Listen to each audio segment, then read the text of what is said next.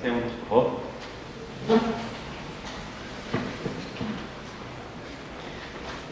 Se abre la presente audiencia de vista pública en el expediente 4885-2013, formado por amparo en única instancia promovido por el señor Pedro García Redondo contra la Corte Suprema de Justicia. El secretario general adjunto dará lectura a lo conducente del amparo planteado y efectuará las advertencias reglamentarias respectivas de la presente audiencia. Muchas gracias, señor presidente. En el presente caso, Pedro García Redondo, postulante, promovió acción constitucional de amparo contra la Corte Suprema de Justicia, habiendo dirigido su reclamo contra la resolución de 4 de septiembre de 2012, dictada dentro del expediente antejuicio 226-2012, por la cual se rechazó liminarmente la solicitud de antejuicio que el accionante planteara contra Iris Yasmín Barrios Aguilar, Pablo Chitumul de Paz y Patricia Isabel Bustamante García, jueces del Tribunal Primero de Sentencia Penal, Narcoactividad y Delitos contra el Ambiente del Departamento de Guatemala, quienes, según su criterio, incurrieron en los delitos de violación a la Constitución, abuso de autoridad, incumplimiento de deberes, resoluciones violatorias a la Constitución, usurpación de atribuciones y prevaricación. A su juicio, la Corte Suprema de Justicia viola su derecho de petición y los principios de seguridad jurídica, debido proceso e independencia del organismo judicial, pues ha emitido una resolución no fundamentada, ya que ha ignorado la jurisprudencia constitucional formada en este tribunal en cuanto a la validez e interpretación de la Ley de Conciliación Nacional, así como sobre el procedimiento judicial especial establecido en ella, el cual arguye debió ser observado en este caso. Solicitó que al dictar sentencia se declare con lugar el planteamiento y como consecuencia se emita pronunciamiento en el sentido que el acto reclamado no le afecta. De conformidad con las disposiciones que regulan la celebración de vistas públicas ante este tribunal, las partes deberán dirigirse directamente a este tribunal, alegar en forma oral y abstenerse de dar lectura a cualquier documento, salvo autorización previa del presidente, concretarse el asunto planteado y ser breves, concisos y precisos en su exposición. Para el efecto, cada una de las partes contará con un tiempo no mayor de 15 minutos. Es todo, señor presidente. Gracias. Pueden hacer uso de la palabra el solicitante del amparo y de la vista pública, Pedro García Redondo, quien actúa con el patrocinio del abogado Moisés Eduardo Galindo Ruiz, quien hará uso de la palabra. Gracias, señor juez magistrado presidente de esta Corte, señora magistrada señora magistrada de esta Corte de Constitucionalidad y magistrados de este Tribunal Constitucional. Buenos días. Este amparo, básicamente, como lo acaba de leer el señor secretario, el agravio que causa a mi patrocinado es que la Corte Suprema en esta resolución dice que el derecho al antejuicio es una garantía contra acciones tendenciosas o maliciosas, como el antejuicio la solicitud de querella que se planteó en contra del Tribunal de Sentencia A, de mayor riesgo A. Para eso, señores magistrados, quiero hacer referencia a qué fueron los antecedentes para que tengan conocimiento ustedes. Antes de iniciar el debate el 16 de agosto del 2012 en contra de mi patrocinado, se le presentó al Tribunal de Mayor Riesgo A una declinatoria fundamentada en que había jurisprudencia de la Corte de Constitucionalidad de cómo debía de aplicarse el procedimiento especial para todos aquellos casos del conflicto armado interno. Para entender cuáles fueron los casos del conflicto armado interno, esta Corte de Constitucionalidad también resolvió la sentencia en el expediente 3380-2007 del 12 de diciembre del 2007, en la cual hace una explicación de cuáles fueron estos hechos para entender lo que son los delitos políticos conexos y conexos con los mismos. Sin embargo, el Tribunal de Sentencia A pesar de que se le presentó la jurisprudencia de la Corte de cómo se debía interpretar la Ley de Reconciliación Nacional, porque lógicamente la Ley de Reconciliación Nacional, la defensa la interpreta de una manera, en el sentido que hay un procedimiento previo a una orden de captura, previo a ligarse a un proceso y previo a iniciarse un juicio en contra de hechos, supuestos hechos sucedidos en el conflicto armado interno, debe seguirse ese procedimiento especial. Por otra parte, el Ministerio Público y los querellantes adhesivos tienen su propia interpretación, que los delitos de lesa humanidad no los cubre la Ley de Reconciliación Nacional. La defensa entiende que los delitos de lesa humanidad no los cubre la Ley de Reconciliación Nacional, pero no nos estamos refiriendo a los delitos, nos estamos refiriendo a los hechos. Los hechos, la Ley de Reconciliación, los hechos, esta Corte en esa jurisprudencia ha establecido que debe ir primero a una sala y ahí hay un procedimiento especial.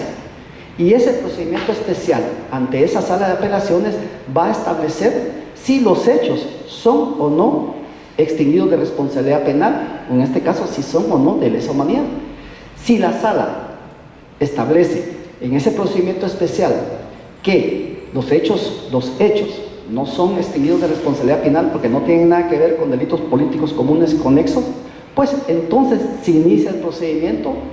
en un juzgado del orden penal común y llegará a un tribunal de sentencia y ahí pues se dan una sentencia si realmente hubo o no culpabilidad al que está siendo procesado. O sea, la jurisprudencia de la Corte de Constitucionalidad no dice que no se juzgue, solo dice que primero sigan el procedimiento especial. Esa jurisprudencia 820-2000, 901-2000 y 965-2000 se le presentó al tribunal de sentencia, se le dijo, ustedes deben declinar porque ustedes no tienen la competencia para entrar a juzgar si previamente la sala no ha establecido si los hechos son o no delitos de lesa humanidad. Sin embargo, el tribunal de sentencia A vino y rechazó el límite, dijo que no entraba con el incidente. El día del 16 de agosto se inició el debate y lógicamente el debate tiene un desarrollo que está establecido en el artículo 368 con la apertura. Luego viene el 369, los incidentes. En el momento de los incidentes, nuevamente la defensa plantea el incidente de competencia y teniendo conocimiento ya de que el tribunal de sentencia había estudiado la jurisprudencia constitucional, la defensa le hace ver que ese incidente es procedente, porque debe suspender el debate con este incidente de competencia, enviar a una sala para que la sala califique si los hechos pueden ser juzgados o no pueden ser juzgados, porque la jurisprudencia constitucional dice que debe inmediatamente que tenga conocimiento de estos hechos del conflicto armado interno, deben ser enviados a una sala. Y debe darse la libertad inmediata al que si hay alguien que esté siendo procesado. Yo entiendo que el tribunal de sentencia, en un fraude de ley, para no dar esa libertad, simplemente rechazó in limine el incidente. Ahí nuevamente volvió a violar el procedimiento, porque prácticamente el incidente del 369 nunca se desarrolló y pasamos directamente a la declaración del acusado. Por eso hice los remedios procesales correspondientes y otro amparo. Pero el hecho no es ese, el hecho es que no me fundamentaron por segunda vez por qué razón la jurisprudencia de la Corte de Constitucionalidad no se aplicaba al caso concreto. En tal sentido, señores magistrados, que para la defensa de mi patrocinado era un hecho notorio que el tribunal de sentencia había violado varias normas de tipo penal. Y las había violado porque la jurisprudencia de esta Corte de Constitucionalidad no es opción para los tribunales si la aplican o no la aplican. Como dijo al rechazar el límite este incidente de cuestión de competencia, el tribunal de sentencia, que ellos iban a interpretar la Ley de Reconciliación Nacional. Y la Ley de Reconciliación Nacional ya no cabe interpretarla ni por la defensa, ni por el Ministerio Público, ni por el querellante, ni por los jueces, porque ya la CC ya interpretó cómo se aplica la Ley de Reconciliación Nacional. Eso da certeza jurídica. Y como repito, la Corte Constitucional no ha dicho no juzguen, solo sigan el procedimiento que está preestablecido en la ley, que es un procedimiento especial en la Ley de Conciliación Nacional. En tal sentido, se interpuso la querella correspondiente, porque si los jueces no van a respetar la jurisprudencia de la Corte de Constitucionalidad, pues entonces es más simple que nos evitemos todo un proceso, agarremos gasolina, nos vayamos al Parque Central y se acabó todo el sistema jurídico y la certeza jurídica. O sea, aquí los tribunales, si hay jurisprudencia, tienen que cumplirla. Y esa es la certeza jurídica que esperamos los que están siendo procesados como los abogados defensores. Y aún el Ministerio Público tiene la obligación de ver la objetividad y la aplicación de la ley. Cuando la Corte Suprema de Justicia rechaza in limine la querella diciendo que las acciones tendenciosas o maliciosas y que los hechos no ve ningún delito, no me especifica por qué razón el no cumplir la jurisprudencia de la Corte de Constitucionalidad, en este caso concreto, no se comete un delito. Entonces, por tercera vez, no tengo el fundamento. Y eso viola el derecho de defensa, porque hasta el momento nadie, ni el Tribunal de Sentencia ni la Corte Suprema de Justicia ha explicado a mi defendido por qué en su caso concreto no se aplica la jurisprudencia de la Corte de Constitucionalidad. Como digo yo, en mi defensa, aún en el incidente de competencia, el Tribunal de Sentencia podía rechazarme el incidente por lo que él o el tribunal considerara que no se aplicaba al caso concreto, pero tenía que fundamentar y explicarme por qué rechazaba el incidente de competencia, por qué la jurisprudencia no se aplicaba al caso concreto. Y lo mismo sucede con el agravio en esta resolución que es motivo del amparo. La Corte Suprema de Justicia me tiene que fundamentar. No estoy diciendo que la Corte Suprema de Justicia tiene que declarar con lugar al antejuicio, no, nos tiene que fundamentar, nos tiene que explicar,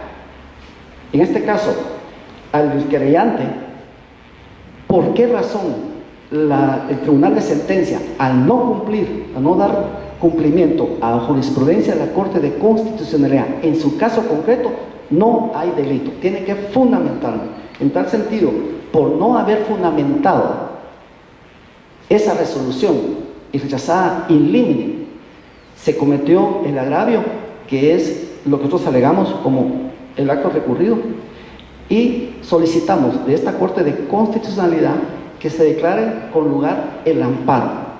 y se ordene a la Corte Suprema de Justicia que fundamente por qué en el caso concreto, si no es procedente el derecho de antejuicio cubre a los jueces, ¿por qué ellos no violaron la ley al no cumplir la jurisprudencia de la Corte de Constitucionalidad? Solamente, señor presidente, magistrado. Pueden hacer uso de la palabra los terceros interesados en este momento, la Unidad de Casos Especiales del Conflicto Armado Interno de la Fiscalía de la Sección de Derechos Humanos del Ministerio Público, por medio de la agente fiscal Hilda Elizabeth Pineda García. Gracias, señor presidente. Honorables magistrados de la Corte de Constitucionalidad, el Ministerio Público, por medio de la Unidad de Casos Especiales del Conflicto Armado Interno, que pertenece a la Fiscalía de Sección de Derechos Humanos, hace el pronunciamiento en el sentido que consideran, en este caso específico, relacionar un poco los antecedentes de lo que sucedió previo a que se interpusiera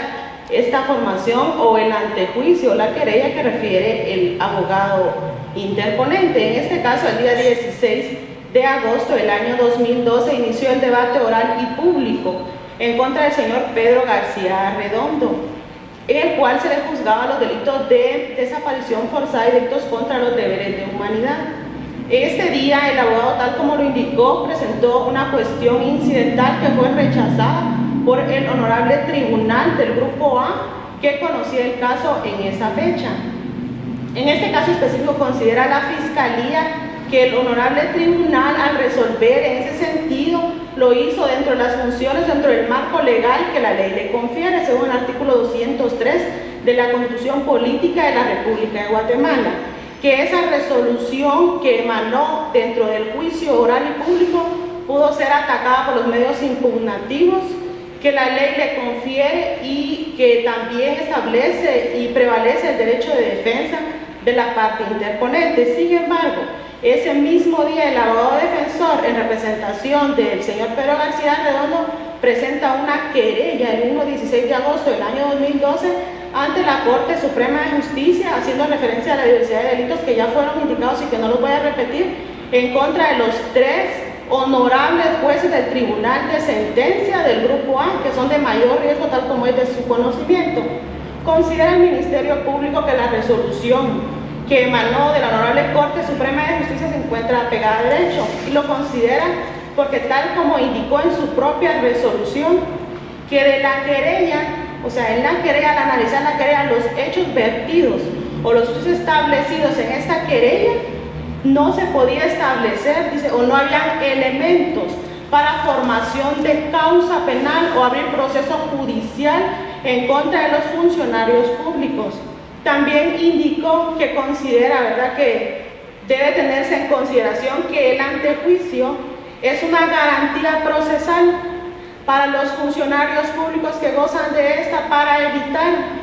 acciones tendenciosas o maliciosas, así lo refiere, que van a interferir en su función o en el cumplimiento de su obligación, que es resolver, aplicar justicia en casos concretos. En este caso, la Honorable Corte Suprema de Justicia se encuentra apegada a derecho, lo hace en las facultades que le confiere la ley específica, que es la ley de antejuicio, y refiere que rechaza in limine la querella presentada por la parte de la Fiscalía. Considera que no hay agravio, en este caso que es inexistente el agravio que refiere el abogado interponente, porque la Honorable Corte Suprema de Justicia lo hace dentro de la esfera de las facultades que le han sido legalmente otorgadas. Por eso, respetuosamente, el Ministerio Público y en la calidad con la que actuó, señores magistrados de la Corte de Constitucionalidad, solicito se deniegue la protección de amparo constitucional solicitada por el abogado defensor en representación del señor Pedro García Redondo por no existir agravio, porque la resolución emanada de la Corte Suprema de Justicia se encuentra apegada a derecho, y asimismo se le condenen cosas al interponente y se le imponga la multa que establece la ley, con fundamento en el artículo 8, 9, 108 y 109 del Código Procesal Penal únicamente. Corresponde a la Fiscalía de Asuntos Constitucionales, Amparos y Disposición Personal del Ministerio Público, por medio de la agente fiscal, abogada Ruth Jessica López. Buenos días, honorables magistrados, honorable magistrada, abogados, abogadas y demás público que nos acompaña. En el presente caso se reclama en contra de la resolución de fecha 4 de septiembre del año 2012, por medio de la cual la Corte Suprema de Justicia rechaza in limine las diligencias de antejuicio promovidas en contra de los jueces que integran el Tribunal Primero de Sentencia Penal, Narcoactividad y Delitos contra el Ambiente del Departamento de Guatemala. Al analizar el acto reclamado, esta Fiscalía considera que la autoridad recurrida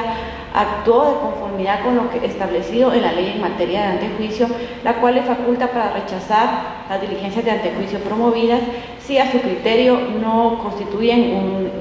un delito o si han sido promovidas por hechos injurios políticos o ilegítimos. En el presente caso es evidente que la diligencia de antejuicio promovida no constituía un delito, por lo que fue rechazada in limine. Este criterio ha sido sostenido por esta honorable Corte en las sentencias emitidas dentro de los expedientes 1897 del año 2003 y 1924 del año 2003.